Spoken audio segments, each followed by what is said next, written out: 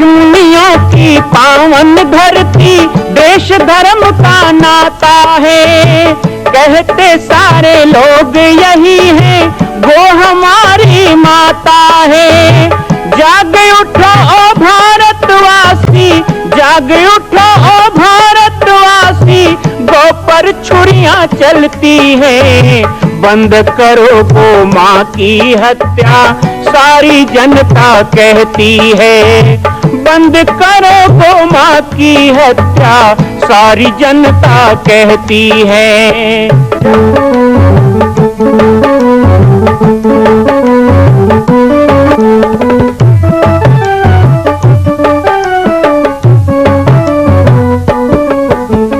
जगह जगह पर बूचड़ खाना, लाखों गौएं कटती हैं। किसे सुनाए व्यथा हमारी, नैना नीर बहाती है। रक्षा करना गौ माता की, रक्षा करना गौ माता की, गीता ज्ञान सिखाती है। बंद करो गौ माँ की हत्या, सारी जनता कहती है। बंद करो गौ माँ की हत्या, सारी जनता कहती है। जय श्री राम, जय गौ माता, जय गोपाल। स्वागत है आप सभी का भारत के हृदय स्थल छत्तीसगढ़ प्रांत में मां कौशल्या धाम जिला बालोद में विगत 18 वर्षों से बन रहे इस विशाल दिव्य भव्य मंदिर का निर्माण। विश्व के अंदर भगवान राम के लाखों मंदिर हैं। अब अयोध्या में भी रामलला विराजित हो चुके हैं, लेकिन छत्तीसगढ़ की बेटी मां कौशल्या जो राम की माता है, उनका एक भी मंदिर पूरे विश्व में नहीं। इसीलिए यह विशाल तीर्थ का निर्माण विगत वर्षों से चल रहा है बालोद जिला छत्तीसगढ़ में। 25 करोड़ की लागत से बनने वाला 108 फीट ऊंचा, 65 फीट चौड़ाई और 136 फीट लंबाई का राजस्थान के ठोस पत्थरों से बनने वाला यह मंदिर हजारों वर्ष तक भारत में 5वें धाम कौशल्या धाम के रूप में स्थापित रहेगा। 3 तल के इस मंदिर में प्रथम तल पर भगवान शिव, मध्य तल में गोद में रामलला को लेकर स्वर्ण सिंहासन में मां भगवती कौशल्या विराजित होंगी और तीसरे तल पर पंचमुखी हनुमान। इसके अलावा सामाजिक समरसता को समर्पित यह मंदिर सनातन हिंदू धर्म के समस्त देवी देवताओं महापुरुषों की मूर्तियों से सुसज्जित होगा। आप सब एक एक मूर्ति का संकल्प भी इस मंदिर के लिए कर सकते हैं। ध्यान रखिएगा, यह अवसर बार बार नहीं मिलेगा, क्योंकि 2026 में मां कौशल्या का दिव्य भव्य धाम स्थापित हो जाएगा। मां कौशल्या विराजित हो जाएगी। एक बार पुनः आप सबको निवेदन करूंगा, आइए, जुड़िए और सबको जोड़िए इस विशाल तीर्थ के निर्माण में। मैं राम बालक दास महात्यागी आप सभी को आह्वान करता हूं, संपूर्ण प्रदेश एवं देशवासियों को, कि जिस तरह रामलला के दिव्य भव्य मंदिर के लिए आप सब ने मुक्त हस्त से दान दिया है, इसी तरह मां कौशल्या के एकमात्र विश्व के प्रथम धाम के निर्माण में आप सभी मुक्त हस्त से दान दें। यह दान 3 आहुति के रूप में लिया जा रहा है। हम 1100, 1700, 5100, 11,000, 21,000, 1 लाख, उससे भी अधिक जो भी राशि करना चाहें 2025 और 26 के अंतर्गत 3 बार देने का संकल्प लें। राम, जय गो माता, जय गोपाल।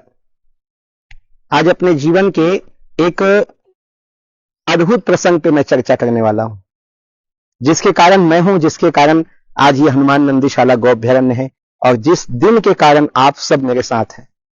मैं अपने आप को बहुत सौभाग्यशाली समझता हूं कि माघ पूर्णिमा 24 फरवरी 1986 की वह प्रातः काल की पहली किरण, प्रतिदिन की भांति लगातार 2 दिन से हम पिताजी और भाई के साथ जंगल में आनंद ले रहे थे, खेल कूद रहे थे, लेकिन उस दिन की सुबह कुछ अलग प्रकार का संदेशा लेके आई। सुबह की पहली किरण के साथ स्नान पूजा के पश्चात हम गुरुदेव के पास पहुंचे। गुरुदेव ने बैठा करके हमसे बातचीत किया, कुछ बातें बताई, हमारा मन जानना चाहा, पूछा भी क्या आप तैयार हैं, आपको दीक्षा दिया जाएगा, आप संन्यास लेंगे, आप साधु बनेंगे। मैंने हाँ कहा, मैंने हर चीज में हाँ कहा। समय बीतने लगा, दिन भर सबकी व्यस्तता थी, क्योंकि आज माघी पूर्णिमा था और बहुत सारे जो उत्सव के कार्यक्रम थे, भजन सत्संग के कार्यक्रम थे, सब उसमें लगे रहे। गुरुदेव भी भक्तों से घिरे रहे और हम भी इधर उधर घूमते हुए आनंद लेते रहे।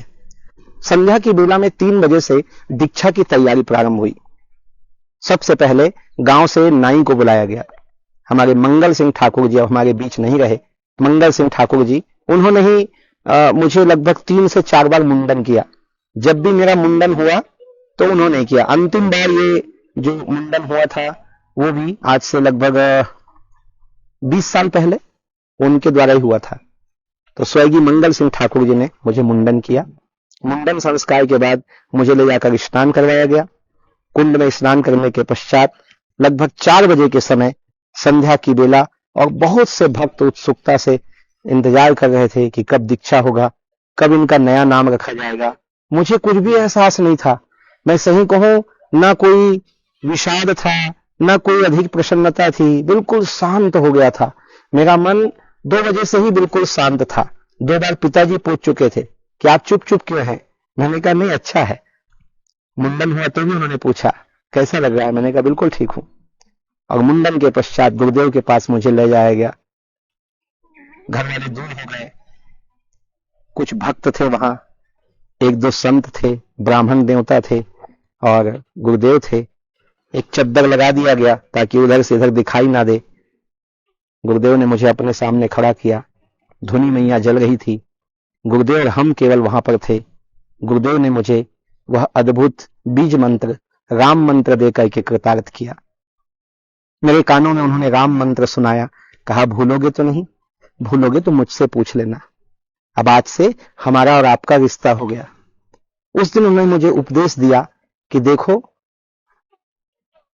गुरु और शिष्य का जो रिश्ता होता है संसार में, उससे पवित्र रिश्ता नहीं। गुरु जो भी संकल्प करता है, शिष्य उसे पूरा करने का प्रयास करता है। लेकिन शिष्य जो भी संकल्प करता है, गुरु उसे प्रयास नहीं करता बल्कि उसे पूरा ही कर देता है। माता पिता, भाई बंधु, रिश्ते नाते, इनमें बहुत से स्वार्थ होते हैं। भाई भाई में बंटवारा होता है, बाप का जायदाद बेटे को मिलता है। लेकिन पति पत्नी में बंटवारा होता है, पति का पत्नी को, पत्नी का पति को मिलता है। लेकिन गुरुदेव ने हमें बताया उस दिन कि दीक्षा के पश्चात गुरु के द्वारा किए गए सभी अच्छे कर्म, पुण्य कर्म शिष्य को अनायास प्राप्त होते हैं। गुरुदेव ने कहा, मैं माला जपूंगा, तुम्हें पुण्य की प्राप्ति होगी। मैं हवन करूंगा, यज्ञ करूंगा, तुझे उसका फल मिलना प्रारंभ हो जाएगा। लेकिन आपके द्वारा यदि कोई गलत कर्म हो गया, जान समझ के करोगे तो मैं जिम्मेदार नहीं। गुरुदेव ने यह भी कहा, अनजाने में कुछ गलती हो जाती है, अनजाने में आपसे अपराध हो जाता है, तो वो सारा अपराध मैं स्वयं ले लूंगा और आपको मुक्त रखूंगा। अर्थात पाप और पुण्य का बंटवारा गुरु शिष्य में होता है। गुरु का पुण्य शिष्य को मिलता है और शिष्य के जो पाप होते हैं वो गुरुदेव को भोगने पड़ते हैं। लेकिन ये तब होता है, ध्यान रखिएगा, ये केवल मेरे संदर्भ में शिक्षा नहीं थी। आज मैं किसी को दीक्षा देता हूं तो मैं अपने शिष्यों को यही बताता हूं। गुरुदेव ने हमें कहा कि कबीरदास की वाणी है, ज्ञान गुरु मन चेला। शरीर शिष्य नहीं होता और शरीर गुरु नहीं होता। गुरु का ज्ञान गुरु होता है और शिष्य का मन जो है वो चेला होता है। शिष्य का मन शिष्य होता है। क्यों? क्योंकि मन स्त्री पुरुष नहीं है, मन अमीर गरीब नहीं है, मन ज्ञानी मूर्ख नहीं है, मन तो मन है। और गुरु का ज्ञान वो केवल ज्ञान है। वो किसी संप्रदाय का नहीं है, वो किसी वर्ण भेद का नहीं है, वो बूढ़ा नहीं है, जवान नहीं है, बच्चा नहीं है, रूपवान नहीं है, कुरूप नहीं है। गुरु एक बार कामी क्रोधी हो सकता है, लेकिन गुरु का ज्ञान कामी क्रोधी नहीं होगा। शिष्य बिगड़ सकता है, पर शिष्य का मन ठीक रहे तो शिष्य सुधर भी सकता है। इसलिए ज्ञान गुरु मन चेला। और दूसरा उन्होंने रिश्तों की बात कही कि दीक्षा के पश्चात गुरु शिष्य के ये संबंध होते हैं। वाणी सुने जा रहा था, मुझे कुछ समझ नहीं आ रहा था। थोड़ा थोड़ा मन, कहते हैं ना, लोग उचाटे अमरपति कुटिल को अवसर पाई। जब राम जी को मनाने भरत जी गए थे तो वहां पर भी देव माया ने उनका मन उच्चाटन कर दिया था ताकि जल्दी से राम से दूर चले जाएं। तो फिर हम तो सामान्य हैं, हल्का सा उच्चाटन भी मेरे मन में उस समय आया। जब गुरुदेव मुझे कह रहे थे कि अब आप मुंडन हो गए, अब आपका पुराना नाम नहीं रहेगा, अब आपका स्वरूप अलग हो जाएगा, आपको अब तिलक स्वरूप धारण करना है, अब आप संत हो गए, आपका आसन अलग, आपका भोजन अलग, ये सब सुन रहा था तो मुझे थोड़ा सा लगा कि अभी तक जो लोग कह रहे थे क्या वो सच है? क्या सच में परिवार, रिश्तेदार, माँ बाप से हमको दूर होना है? क्या अब कोई नहीं है संसार में? क्या अब यही जीवन है? तो मन तो हमारा सोचा जा रहा था और इधर गुरुदेव ने कुछ भक्तों की मदद से कार्य प्रारंभ किया। सबसे पहले वस्त्र निकाल दिए गए, लंगोट पहना दिया गया, यज्ञोपवीत धारण करा दिया गया, वैष्णव तिलक लगा दिया गया और वैष्णव तिलक के पश्चात गुरुदेव ने कंठी माला पहनाई। कंठी माला पहनाकर उन्होंने अब बाहर के लोगों से कहा कि अब नामकरण हो चुका है। सब बाहर से जय जयकार करने लगे, कौन सा नाम है, कौन सा नाम है, क्या नाम है, क्योंकि हमारा नाम था विजय कुमार। विजय कुमार नाम था, बाहर के लोग वो जानते थे। अब सबको उत्सुकता थी। गुरुदेव ने चद्दर हटाने को कहा और जोर से आवाज लगाई, राम बालक दास महात्यागी, और उसी नाम का खूब जयकारा होने लगा। राम जानकी दास महात्यागी जी के शिष्य राम बालक दास महात्यागी। जैसे बच्चे का जन्म होता है तो खुशियां मनाई जाती है, बच्चे का जन्म होता है तो बच्चे का नाम ले लेकर के लोग बधाइयां देते हैं, ऐसे ही मेरे नाम ले लेकर के लोग बधाई दे रहे थे, भक्त खुश हो रहे थे। और छोटे से देखिए बालक दास, नाम भी बालक दास। और गुरुदेव ने मुझे अपने आसन पे बैठा लिया था, अपने साथ अपने बाघंबर पे बैठा लिया था। लोग प्रणाम करके जा रहे थे, मैं बैठा हुआ था अचेत सा, सुध बुध खोया। अब मुझे वो आनंद भी नहीं मिल रहा था जो 2 दिन से था, ना मुझे दुख भी नहीं था। मैं अपने आप को सोच रहा था कि मैं क्या हूं, मैं क्या था भी कि नहीं, और क्या अभी मैं कुछ बनाया गया, क्या सच में मैं साधु संत बन गया। वैसा ही तो शरीर है, वैसा ही मन है। कभी पिताजी को देखता था, बड़े भाई को देखता था, गुरुदेव को देखता था, जलती हुई धूनी को देखता था, लोगों के आकर प्रणाम करते हुए उनकी श्रद्धा को देखता था। सब देखते देखते मैं थक गया और मुझे इतना ही याद है, भोजन करा के मुझे सुला दिया गया। दीक्षा के दिन की घटनाएं मनुष्य के जीवन में बहुत महत्व रखती है। माया अपनी ओर खींचती है, ज्ञान अपनी ओर खींचता है। जब व्यक्ति बड़ा हो ना, समझदार हो, तो उसके लिए इन परिस्थितियों से उबर पाना कठिन होता है। लेकिन एक छोटे से बच्चे के लिए जिसका मन अबोध है, ऐसे परिस्थिति से निकल पाना बहुत सरल होता है। लेकिन एक तरह से यदि मोह की बात देखें तो एक बड़ा व्यक्ति जो संसार को देख चुका है वो मोह को त्याग सकता है, उस मोह से निकल सकता है। लेकिन एक छोटा सा बच्चा जिसका जीवन ही माँ बाप के ऊपर हो, उसको उस मोह से निकलना कठिन भी होता है। क्या सरल है, क्या कठिन है, समझ नहीं आ रहा था। अब जो होना है कल सुबह पहली किरण के साथ होगा, देखा जाएगा। मंत्र दीक्षा का दिन बहुत महत्वपूर्ण रहा। आज भी माघी पूर्णिमा में हमारे भक्त हमारा जन्मदिन मनाते हैं, क्योंकि उसी दिन तो इस शरीर को ये सन्यास का जन्म मिला। आप सबको एक बार निवेदन करूं, अपने बच्चों को संस्कार दीजिए, अपने बच्चों को साधु संत बनने के लिए प्रेरणा दीजिए, लेकिन थोपने की जरूरत नहीं है। क्योंकि साधु साधु एक है, जस पोस्ते का खेत, कोई कुदरती लाल है तो कोई श्वेत का श्वेत।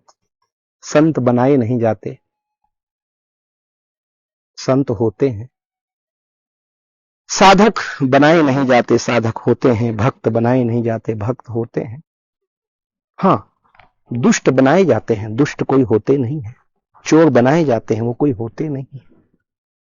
मैं आप सबसे निवेदन करूं, अपने बच्चों में देखिए महापुरुषों को, जन्म लेने दीजिए, उनको आगे बढ़ने दीजिए। बाबा जी की पाती में कल पुनः अपने बचपन की यादें, यात्रा को आगे बढ़ाऊंगा आप सबकी इसी स्नेह के साथ। तब तक के लिए आज्ञा चाहूंगा। जय श्री राम, जय गो माता, जय गोपाल। मां कौशल्या के धाम का निर्माण प्रारंभ हो चुका है, अब 2026 में पूर्ण होने वाला है। अरे अंगद हनुमान नहीं तो गिलहरी तो बनिए। एक छोटा सा संकल्प आप अपने मां भगवती के लिए नहीं कर सकते हैं? यदि आप राम भक्त हैं तो मैं चाहूंगा कि मां कौशल्या के धाम के निर्माण के लिए आप अपने जीवन का एक अंश जरूर समर्पित करें। आइए हमारे नीचे चल रहे व्हाट्सएप नंबर और अकाउंट डिटेल पर संपर्क करके अपने जीवन का एक अंश लगाकर आप भी पुण्य के भागी बने। मैं राम बालक दास महात्यागी, मां कौशल्या धाम, जिला बालोद, छत्तीसगढ़ से। मां कौशल्या की पावन जन्मभूमि छत्तीसगढ़ प्रांत में बालोद जिला में स्थित है श्री सर्वसिद्ध शक्तिपीठ जामड़ी पाटेश्वर धाम।